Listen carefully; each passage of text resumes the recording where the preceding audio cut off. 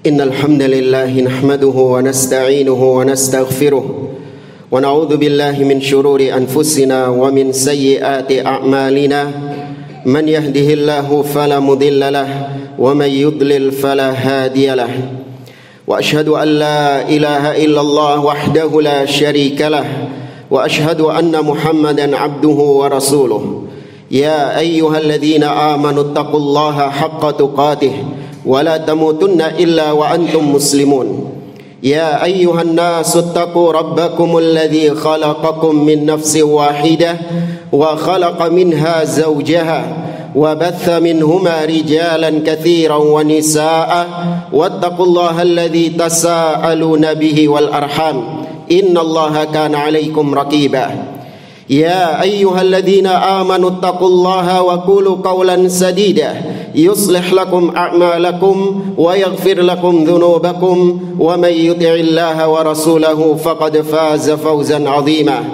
أما بعد فإن أصدق الحديث كتاب الله وخير الهدي هدي محمد صلى الله عليه وسلم وشر الأمور محدثاتها وكل محدثة بدعة وكل بدعة ضلالة وكل ضلالة في النار Ma'asyiral muslimin wa zumratal mu'minin rahimakumullah usikum wa nafsi bitaqwallah faqad fazal muttaqun. Para hadirin salat Jumat rahimani wa rahimakumullah, saya wasiatkan kepada diri saya pribadi dan kepada para jamaah sekalian untuk kita senantiasa bertakwa kepada Allah Subhanahu wa taala. Takwa dalam artian an ta'mala bi ta'atillah ala nurin minallah tarju thawaballah, yaitu dengan kita melaksanakan ketaatan-ketaatan kepada Allah di atas cahaya petunjuk, yaitu di atas dalil dari Allah, dalam rangka kita mengharapkan pahala surga dari Allah. Takwa juga artinya wa anta tatruka maksiatallah ala nurin minallah takhafu iqaballah, yaitu dengan kita meninggalkan segala macam kemaksiatan kepada Allah di atas cahaya petunjuk dari Allah, dalam rangka kita takut akan siksa Allah Subhanahu wa taala. Ma'asyiral muslimin, jamaah salat Jumat rahimani wa rahimakumullah. Kita sekarang berada di penghujung bulan Dzulhijjah, yang itu menandakan bahwa beberapa hari ke depan kita akan memasuki tahun yang baru, memasuki bulan yang baru, yaitu bulan Al-Muharram. Ada apa di bulan Al-Muharram? Seorang muslim dia wajib melandasi segala keyakinannya dan segala amalannya harus di atas qala Allah dan qala Rasulullah sallallahu alaihi wasallam. Dia harus berilmu terlebih dahulu apa yang Allah firmankan dan apa yang Nabi sabdakan tentang bulan Al-Muharram. Sebagaimana kata Imamul Bukhari rahimahullahu taala, al-ilmu qabla al-qawli wal amal. Ilmu itu sebelum kita berucap dan sebelum kita beramal.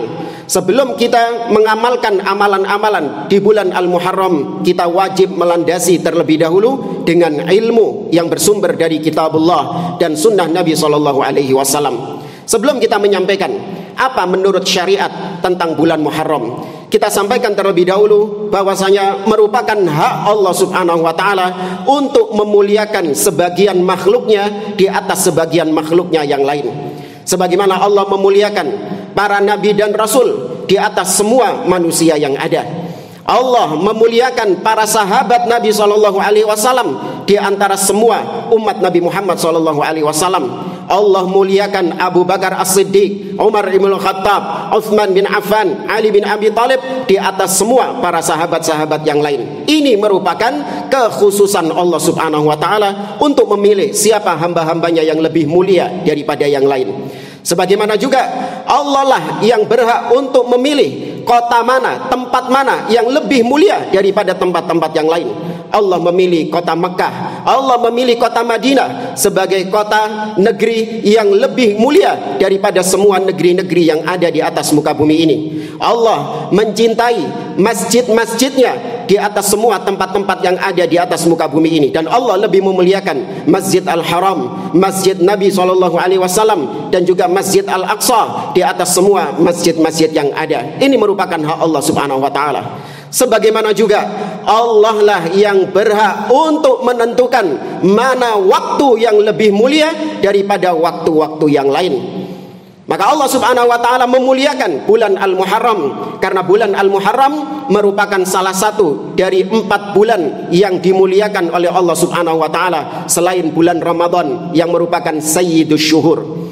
Allah Subhanahu wa Ta'ala berfirman dalam surah At-Taubah. Kata Allah Subhanahu wa Ta'ala, "Inna iddatasy syuhuri 'indallah 12 syahran fi kitabillah yauma khalaqas samawati wal ard minha arba'atun hurum." Kata Allah, sesungguhnya hitungan bulan di sisi Allah semenjak Allah menciptakan langit dan bumi ada 12 bulan. Dan di antara 12 bulan itu ada 4 bulan haram, yaitu 4 bulan yang dimuliakan oleh Allah Subhanahu wa Ta'ala, 4 bulan yang afdol dari semua bulan yang lain selain bulan Ramadan. Nabi SAW menafsirkan apa 4 bulan yang dikatakan sebagai bulan haram tersebut. Kata Nabi SAW, "Inna zamana qad istadara kahayatihi yauma khalaqallahu samawati wal ard." Sesungguhnya waktu itu terus berputar sebagaimana yang telah Allah ciptakan, sebagaimana yang telah Allah tetapkan sejak Allah menciptakan langit dan bumi. As-sanatu 12 syahran. Kata Nabi, 1 tahun ada 12 bulan. Minha arba'atun hurum. Di antara 12 bulan itu ada 4 bulan yang haram. Thalathun mutawaliyat. 3 bulan berturut-turut, yaitu Dzulqa'dah wa Dzulhijjah wal Muharram wa Rajab Mudhar baina Jumada wa Sya'ban. Sedangkan 1 bulan yang keempat adalah bulan Rajab yang merupakan pertengahan antara bulan Jumadal Akhirah dengan bulan Sya'ban. Maka di sini Allah Subhanahu wa Ta'ala menjadikan bulan Muharram sebagai bulan yang dimuliakan. Maka apa kewajiban kita? Kewajiban kita memuliakan apa yang dimuliakan oleh Allah Subhanahu wa Ta'ala. Sebagaimana Allah memuliakan para nabi dan rasul, kita wajib memuliakan para nabi dan rasul. Allah muliakan kota Mekah dan Madinah, kita wajib memuliakan kota Mekah dan Madinah. Demikian juga Allah memuliakan bulan haram, maka kita wajib meyakini bahwa bulan-bulan haram di antaranya adalah bulan Al-Muharram, adalah bulan yang mulia, bulan yang istimewa di mata syariat. Nabi SAW bahkan mengatakan, afdalus siyam ba'da Ramadan siyamu syahrillahil muharram. Sesungguhnya puasa yang paling afdal setelah puasa Ramadan adalah puasa di bulannya Allah. Nabi menyebut bulan Muharram dengan bulannya Allah. Ini merupakan bentuk litasyrif untuk memuliakan bulan Muharram. Sebagaimana suatu kata apabila disandarkan kepada Allah, maka itu adalah suatu kata yang dimuliakan. Baitullah, rumah Allah, yaitu masjid. Kitabullah, Al-Quran, sesuatu yang dimuliakan disandarkan kepada Allah. Rasulullah, utusannya Allah. Naqatullah, untanya Allah, yaitu untanya Nabi Saleh. Demikian juga bulan Muharram, Allah sebut, Nabi sebut dengan Syahrullah, yaitu bulannya Allah, yaitu bulan Al-Muharram. Maka inilah bagaimana cara kita memuliakan bulan Muharram adalah dengan kita memperbanyak amal-amal soleh dan kita menahan diri untuk tidak bermaksiat kepada Allah Subhanahu wa Ta'ala. Karena amal soleh yang dikerjakan di bulan-bulan haram dilipat gandakan oleh Allah Subhanahu wa Ta'ala pahalanya, sebagaimana juga dosa yang dikerjakan di bulan-bulan haram itu juga merupakan dosa yang besar di dalam syariat karena menodai kesucian dan kesakralan bulan Al-Muharram atau bulan-bulan haram. Allah melanjutkan firman-Nya dalam surah At-Taubah, "Dzalika dinul qayyim fala tadlimu fihinna anfusakum." Itulah agama yang telah Allah tetapkan, maka jangan kalian berbuat zalim di 4 bulan haram itu. Perbuatan zalim diharamkan di semua tempat, di semua waktu, namun lebih ditekankan oleh Allah yaitu 4 bulan yang diharamkan, di antaranya adalah bulan Al-Muharram. Maka kewajiban kita memuliakan bulan Muharram dengan kita memperbanyak amal-amal soleh, selama itu ikhlas karena Allah, selama itu ada tuntunannya dari Nabi SAW. Mari kita memperbanyak amal-amal soleh di bulan Al-Muharram, terutama puasa. terutama puasa di hari Asyura, yaitu tanggal 10 Al-Muharram. Nabi SAW mengatakan, siyamu yaumi Asyura ahtasibu 'ala Allah ayyukaffira as-sanata allati qablaha. Aku berharap puasa di hari Asyura tanggal 10 Muharram, aku berharap kepada Allah agar Allah mengampuni dosa-dosa setahun yang lalu. Maka seorang berusaha untuk menggapai ampunan Allah Subhanahu wa taala dengan cara dia berpuasa di tanggal 10 Al-Muharram. Jamaah dimuliakan oleh Allah Subhanahu wa taala. Nabi ketika datang ke kota Madinah, Nabi mendapati orang-orang Yahudi, alaihim la'inullah, semoga Allah Subhanahu wa taala melaknat mereka dan menghancurkan mereka. Orang-orang Yahudi berpuasa di tanggal 10 Muharram. Maka ketika itu Nabi bertanya kepada mereka, ayyu yaumin hadza?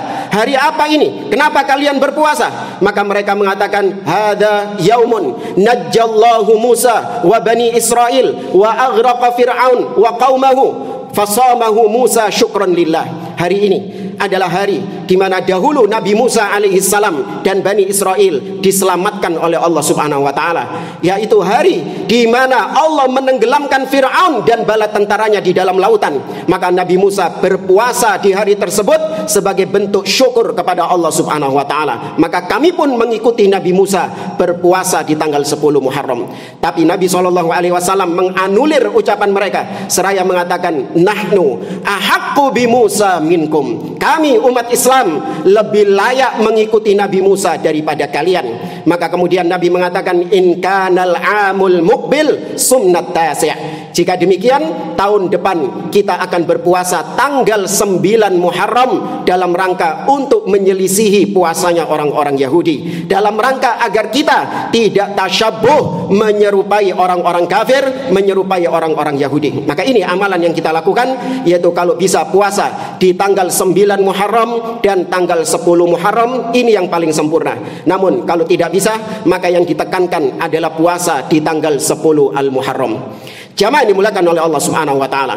Di luar sana ada keyakinan-keyakinan yang sesat, keyakinan-keyakinan yang menyimpang soal bulan Muharram. Terutama kita dapati masyarakat kita, mereka meyakini bulan Muharram bukan bulan yang mulia, namun bulan Muharram diyakini sebagai bulan yang sial, atau mereka namakan dengan bulan Sura, di mana mereka meyakini bahwa kesialan-kesialan itu terjadi di bulan Sura tersebut, sehingga mereka takut melakukan aktivitas-aktivitas. Mereka tidak mau untuk mengadakan hajatan-hajatan pernikahan, atau mereka tidak mau safar, bepergian, karena mereka meyakini bahwa bulan Sura, bulan Muharram adalah bulan yang mistis, bulan yang gaib, bulan yang dipenuhi dengan hal-hal yang mistik. Bahkan sebagian mengatakan bahwa tanggal 1 Muharram atau 1 Sura itu merupakan hari rayanya para jin, hari rayanya para setan. Dari mana landasan ini? Naudzubillah.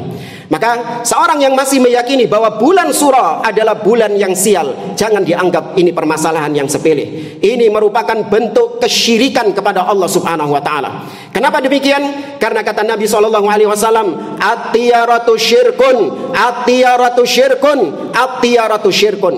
Anggapan sial itu adalah syirik, anggapan sial itu adalah syirik, anggapan sial itu adalah syirik. Apapun itu, mau anggapan sial angka 13 itu adalah angka yang sial, atau rumah tusuk sate itu adalah rumah yang sial, atau mungkin anggapan sial ketika seseorang melihat ada burung-burung tertentu, maka ini akan membawa kesialan. Di antaranya juga adalah menganggap sial bulan Muharram. Ini adalah perbuatan syirik kepada Allah Subhanahu wa taala.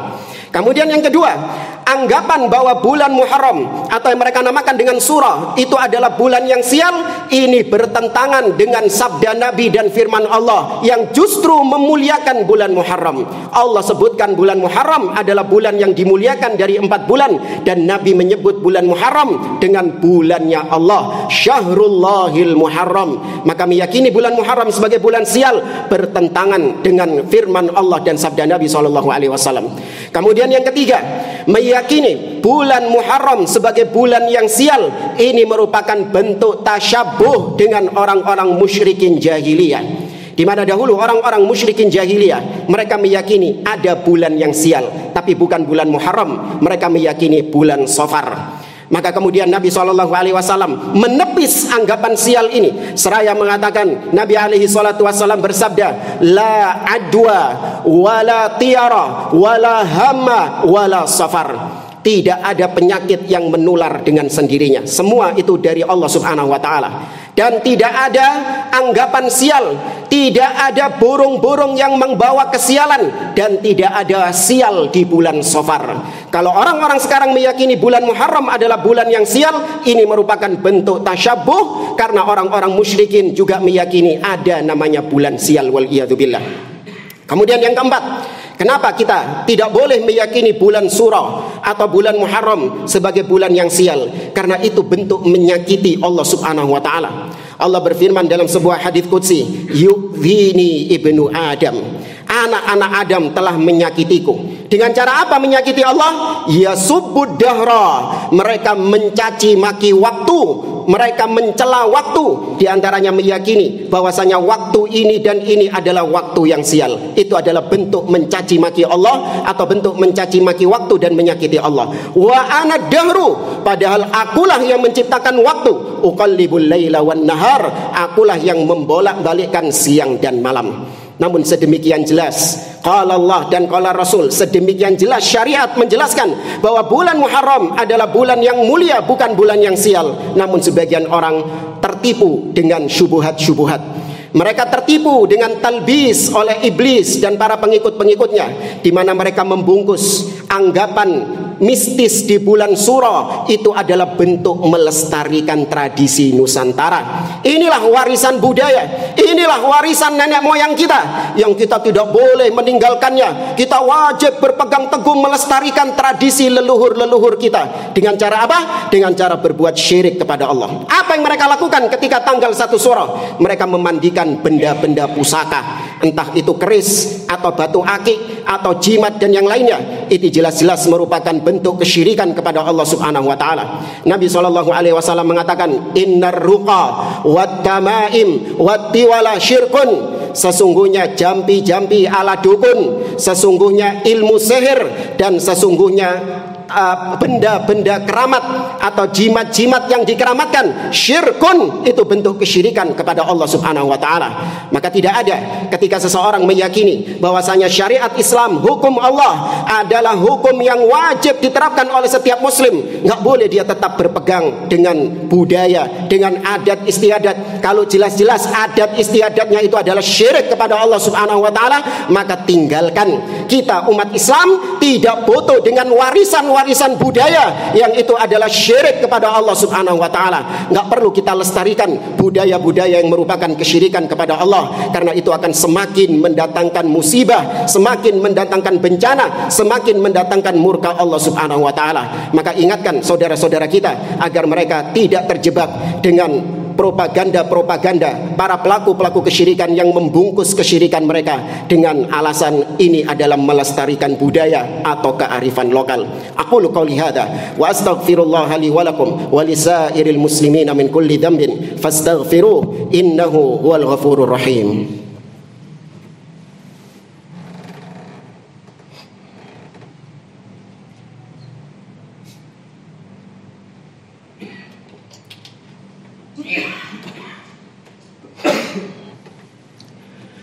Alhamdulillahi rabbil alamin.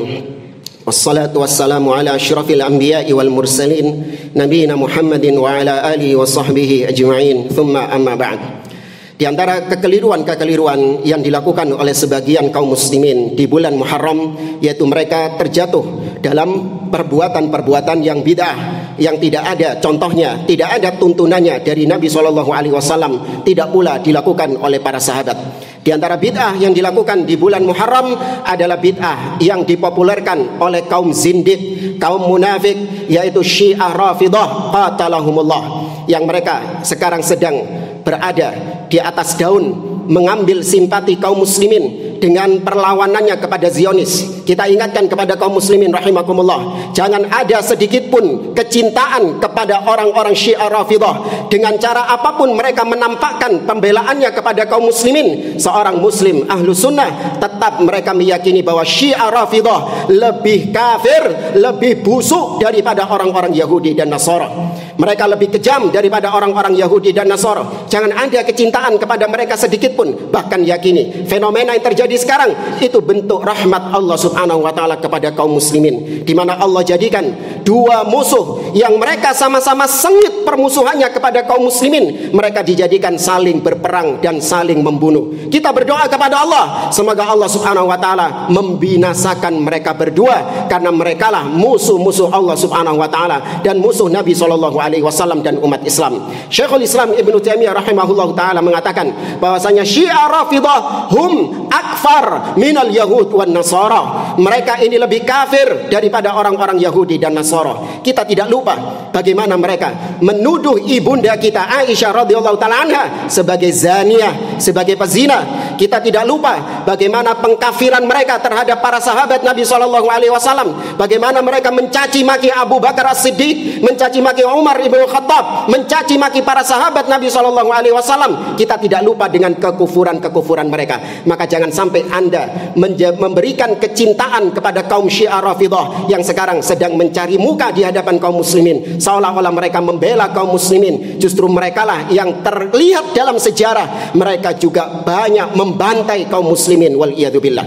Maka kaum Syiah Rafidhah ketika bulan Muharram mereka membuat bid'ah namanya bid'ah Asyura, yaitu memperingati wafatnya Al-Husain bin Ali bin Abi Thalib radhiyallahu ta'ala anhu. Dengan mereka memukul-mukul wajah mereka, dengan mereka mencabik-cabik baju mereka, menyakiti tubuh mereka, semuanya dalam rangka untuk melestarikan atau memperingati wafatnya, syahidnya Al-Husain bin Ali bin Abi Thalib radhiyallahu ta'ala anhu.